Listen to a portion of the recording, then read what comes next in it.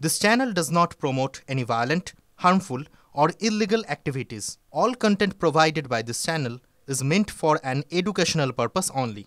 আর শুরুতেই যেমনটা আপনাদের বলছিলাম, গতকাল আপডেট বাংলাতে আপনাদের জানিয়েছিলাম যে নতুন বছরে হয়তো মোবাইল রিচার্জের খরচ কমলেও কমতে পারে।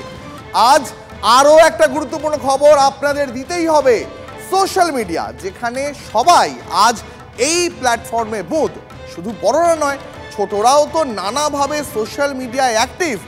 এবার কি আমাদের দেশে সেই সোশ্যাল মিডিয়া ব্যবহারে বয়সসীমা আসছে?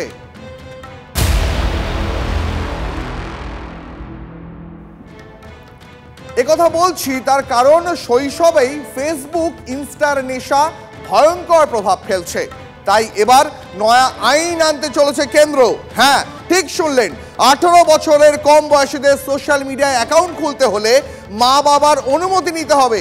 কি রয়েছে কেন্দ্রের এই নয়া খসড়া আইনে, দেখুন। বড়রা তো বটেই, এখন শিশুদের হাতে হাতে স্মার্টফোন ঘুরছে। পড়াশোনার জন্য স্মার্টফোনের ব্যবহার গুরুত্বপূর্ণ, কিন্তু তার বাইরে অল্প বয়সেও সোশ্যাল মিডিয়ায় শৈশবের অবাধ ঘোরাফেরা চলছে। মনোবিদদের মতে শিশু মনে সোশ্যাল মিডিয়ায় প্রভাব পড়েছে, তার ফলে ছোট ছোট মনে অপ্রয়োজনীয় অনেক কিছু ঘুরপাক খাচ্ছে। তাই ভারতে নাবালকদের সোশ্যাল মিডিয়া অ্যাকাউন্ট খোলার ক্ষেত্রে নয়া বিধি চালু করতে চলেছে কেন্দ্র। এই মর্মে খসড়াও প্রকাশ করেছে মোদী সরকার। তাতে সোশ্যাল মিডিয়া অ্যাকাউন্ট খোলায় নজরদারি থাকবে। 18 বছরের কম বয়সীদের জন্য লাগবে অভিভাবকদের অনুমতি। খসড়া আইনে কেন্দ্রের প্রস্তাব, নাবালক চাইলেই ফেসবুক বা ইনস্টায় অ্যাকাউন্ট খুলতে পারবে না। সোশ্যাল মিডিয়া অ্যাকাউন্ট খুলতে লাগবে বাবা মায়ের অনুমতি। সেই অনুমতিপত্র যাচাই হবে, তারপর মিলবে অ্যাকাউন্ট খোলার ছাড়পত্র।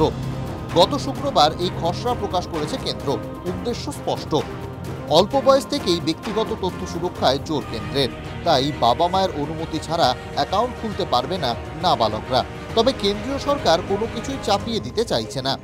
তাই এক্ষেত্রে কি কি সুবিধে ও অসুবিধে হতে পারে সেই মতামত সাধারণ মানুষ জানাতে পারবেন। mygov.in ওয়েবসাইটে মতামত দিতে পারবেন অভিভাবকরা। 18 ফেব্রুয়ারির পর অভিভাবকদের মতামত খতিয়ে দেখবে কেন্দ্র। পার্সোনালি আমার মেয়ে যদি হট করে বলে যে 18 বছরের নিচে হয়ে সে ফেসবুক অ্যাকাউন্ট খুলবে, আমি তো দেবো না। তাহলে কিছুটাও হলে তো আটকানো যাবে, কিছুটাও তো হলে বাচ্চাদের সবাই তো করতে পারবে না। তো এটা one of the best part হতে পারে সেন্ট্রাল গভর্নমেন্টের, যে এটা খুব ইম্পর্ট্যান্টও আছে। সো আমি বলবো অ্যাজ সুন অ্যাজ পসিবল, যত তাড়াতাড়ি সম্ভব এই আইনটা নিয়ে আসুন। এছাড়াও খসড়ায় বলা হয়েছে, সোশ্যাল মিডিয়ায় অপ্রাপ্ত বয়স্কের ব্যক্তিগত তথ্য ছড়িয়ে পড়লে সংশ্লিষ্ট সংস্থার কাছে সেই তথ্য মুছে ফেলার দাবি জানাতে পারবে। ব্যক্তিগত তথ্য কোনোভাবে ফাঁস হয়ে গেলে সংশ্লিষ্ট প্ল্যাটফর্মের থেকে জরিমানাও আদায় করা হবে। সেই জরিমানার অঙ্ক 250 কোটি টাকাও হতে পারে। নিছক শুধু বিনোদনই তো নয়, সোশ্যাল মিডিয়ায় নানাভাবে শিশু ও কিশোরদের অনলাইন অপরাধের শিকার হওয়ার ঘটনা লাফিয়ে লাফিয়ে বাড়ছে। শিশুদের সোশ্যাল মিডিয়া ব্যবহার নিয়ে ক্রাই ও ইউনিসেফের সমীক্ষা বলছে, 39% অনলাইনে হেট স্পিচের শিকার, 57% অনলাইনে প্রথমবার অ্যাডাল্ট কন্টেন্ট দেখেছে, 79% নিয়মিত অনলাইনে হেনস্থার শিকার, 22% অনলাইনে যৌন হেনস্থার শিকার, 28% অনলাইনে ব্যক্তিগত হুমকির মুখোমুখি। আমরা দেখছি যে কিশোর কিশোরী বয়স সন্ধিক্ষণের মধ্যে যেভাবে এই ডিজিটাল টেকনোলজি এসে যাচ্ছে তার অপব্যবহার হচ্ছে। মনে রাখতে হবে কিশোরদের ব্রেনটা হচ্ছে অনেকটা মার্সিডিজ বেঞ্জ গাড়ির ইঞ্জিনের মতো, কিন্তু তাদের ব্রেকটা হচ্ছে সাইকেলের ব্রেকের মতো। এক্ষেত্রে পেরেন্টাল গাইডেন্স বা দেশের যদি কোনো আইন না থাকে, তাহলে আমরা কিন্তু অচিরেই এই যে আমাদের যে মানব সম্পদের প্রাচুর্যে ভরা তরুণ প্রজন্ম তাকে হারিয়ে ফেলবে। সোশ্যাল মিডিয়ায় ব্যক্তিগত তথ্য যাতে ছড়িয়ে না পড়ে তা নিশ্চিত করতে সুরক্ষায় একটি বোর্ড গঠন করা হবে। সেই বোর্ডই তথ্য ফাঁসের ঘটনার তদন্ত করবে এবং জরিমানা ঠিক করবে। তবে সবটাই নির্ভর করছে জনগণের দেওয়া মতামতের ওপর। সেগুলি বিবেচনা করে তবেই খসড়া আইন চূড়ান্ত করবে মোদী সরকার। Bureau report, TV9 Bangla. আচ্ছা, বেড়াতে যাওয়ার জন্য উত্তরবঙ্গ বা দার্জিলিং তো আমার আপনার ফেভারিট ডেস্টিনেশন। কখন হিসাব করে দেখেছেন শিয়ালদা থেকে এনজেপি পর্যন্ত রেলপথের দূরত্ব কত? আমি বলছি প্রায় 567 কিলোমিটার। যেতে ওই 6-7 ঘন্টা তো লাগেই, কিন্তু এই পথই যদি অর্ধেক মানে 3 ঘন্টায় একেবারে শুয়ে বসে কলকাতা থেকে রেলপথে শিলিগুড়িতে পৌঁছে যাওয়া যেত, অবাক হবেন না একদম।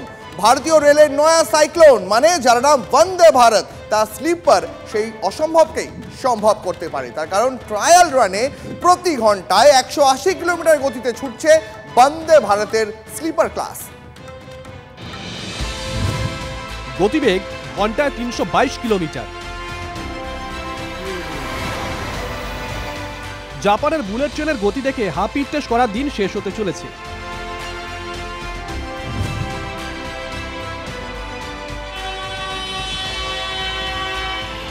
কারণ ভারতে ঝড় তুলছে বন্দে ভারত স্লিপার।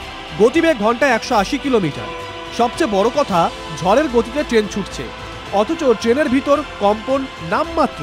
বন্দে ভারত স্লিপারের সেই ট্রায়াল রানের ভিডিও সম্প্রতি পোস্ট করেছেন রেলমন্ত্রী অশ্বিনী বৈষ্ণব। ভিডিওতে দেখা যাচ্ছে ট্রেনের ভিতর থেকে মোবাইলের স্পিড মাপা হচ্ছে। মোবাইলের পাশে রয়েছে কানায় কানায় জল ভর্তি একটি glass. Vande Bharat sleeper train ঘন্টায় 180 কিলোমিটার গতিতে ছুটছে, অথচ গ্লাস থেকে জল ছলকে পড়ছে না। এটাই বন্দে ভারতের বিশেষত্ব, যাত্রী স্বাচ্ছন্দ্যের অনন্য মাইলস্টোন। 2রা জানুয়ারি বন্দে ভারত স্লিপার ট্রেনের পরীক্ষা হয়। রাজস্থানের কোটা থেকে লাবন পর্যন্ত ট্রেনটি ছোটে। 40 কিলোমিটারের বিশেষ লাইনে পরীক্ষামূলক যাত্রা হয়। বন্দে ভারত চেয়ারকার এক্সপ্রেস ইতিমধ্যেই রেলযাত্রার গতি কয়েক গুণ বাড়িয়ে দিয়েছে, কিন্তু দিনরাতের পরিষেবা দিতেই বন্দে ভারত স্লিপার কোচের ভাবনা। জানা গেছে যাত্রীর স্বচ্ছন্দের কথা মাথায় রেখে এই ট্রেনে অত্যাধুনিক প্রযুক্তির ব্যবহার করা হয়েছে। দুর্ঘটনা এড়াতে থাকছে কবচ, ঝাঁকুনিহীন যাত্রা, আরামদায়ক সিট, অত্যাধুনিক অগ্নি নির্বাপক ব্যবস্থা, স্বয়ংক্রিয় দরজা। দেশ জুড়ে এমন 134টি বন্দে ভারত এসি চেয়ারকার ট্রেন চলাচল করছে। ট্রায়াল রান শেষ হলে সব রিপোর্ট খতিয়ে দেখবে রেলওয়ে সেফটি বোর্ড। তারপর ছাড়পত্র মিললেই ভারতের রেল লাইনে ঝড় তুলবে বন্দে ভারত স্লিপার। রেল মন্ত্রকের দাবি, বন্দে ভারত স্লিপারে কাশ্মীর থেকে কন্যাকুমারী, দিল্লি থেকে মুম্বাই, হাওড়া থেকে চেন্নাই সহ বিভিন্ন রুটে বিশ্বমানের অভিজ্ঞতা পাবেন যাত্রীরা। Bureau report, TV9 Bangla. জানেন তো, খাবার তেল হোক বা গাড়ির পেট্রোল ডিজেল, দিন দিন তেলের দাম যে হারে বাড়ছে তাতে মধ্যবিত্তর কপালে ভাঁজও ক্রমশই বাড়ছে। রাজপুর সোনারপুরের সরকার পরিবারও তেল নিয়ে তীব্র আতঙ্কে দিন কাটাচ্ছেন। তবে না, দাম নিয়ে নয়, বরং অহেতুক চারপাশে তেলের স্রোত দেখে। হ্যাঁ, ঠিক শুনলেন, বাড়ির দেওয়াল থেকে তেল অনবরত গড়িয়ে পড়ছে, অনবরত। কিন্তু কোথা থেকে সেই তেল আসছে বুঝেই উঠতে পারছেন না বাড়ির বাসিন্দারা। এবার দেখুন সেই অদ্ভুত কাণ্ড। তিনতলা বাড়ির একাংশে ছোপ ছোপ কালো দাগ, আঙুল ঠেকালেই তেল জাতীয় তরল বলে মনে হচ্ছে। দেওয়াল গড়িয়ে মেঝেতে পড়ছে সেই তরল, কিন্তু তেল জাতীয় এই তরলের উৎস কি?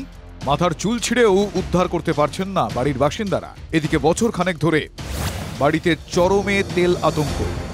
রাজপুর সোনারপুর পুরসভার 29 নম্বর ওয়ার্ডের বাসিন্দা রতন সরকার 50 বছরের বেশি সময় ধরে এই এলাকায় বসবাস। ধাপে ধাপে তিনতলা বাড়ি তৈরি করেছেন।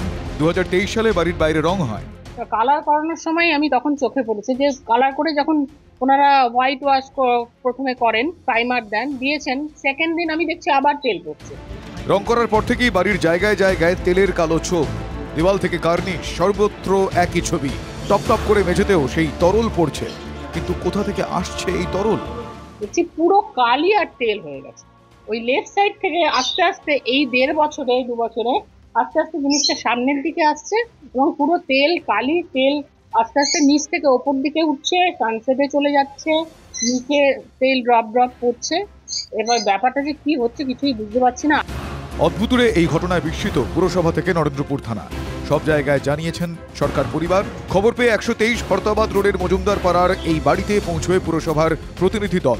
সবটা খতিয়ে দেখে তারা জানিয়েছেন, বিষয়টা খুবই স্পর্শকাতর এবং সেই কারণে আমরা ওই যাদবপুরের জিওলজিক্যালের ডিপার্টমেন্টে আমরা পাঠিয়ে দিয়েছি, বড় একটা খবরটা দিয়েছিলাম। তা ওরা বলেছেন আগামী মঙ্গলবার আসবেন সেটা দেখার জন্য। তেল রহস্যে যথেষ্ট উদ্বিগ্ন সরকার পরিবার। সমস্যা আর কি, পরে বেশি কিছু হলে ভেঙে না পড়ে আর কি, বার্ন হচ্ছে, এটা কি থেকে হচ্ছে আমরা বুঝতে পারছি না। আতঙ্কের কি সত্যি কোনো কারণ রয়েছে? বিশেষজ্ঞরা খতিয়ে দেখে কি বলেন সেই অপেক্ষায় সরকার পরিবার। সত্যজিতের রিপোর্ট, TV9 বাংলা। এই সরকার পরিবারের মতোই বিপদে পড়েছেন এক বাস মালিকও। পারমিট থাকা সত্ত্বেও নামখানা হাওড়া রুটে বাস চালাতে গিয়ে পদে পদে বাধার মুখে পড়তে হচ্ছে বলে অভিযোগ ওই বাস মালিকের। ইউনিয়ন নেতাদের দাদাগিরিতে অতিষ্ঠ হয়ে হাইকোর্টের দ্বারস্থ হয়েছেন, কিন্তু তারপরেও পরিস্থিতি বদলায়নি। ইনি লালমোহন বাবু না, গড়পাড়ের নন, ইনি কাকদ্বীপের বাসিন্দা। ব্যবসায়ী মানুষ, কিন্তু একটা বাস কিনে এমন ফাঁসা ফেসেছেন যে সেই জট ছাড়ানোর সাধ্য বোধহয় ফেলু মিত্তিরেরও নেই।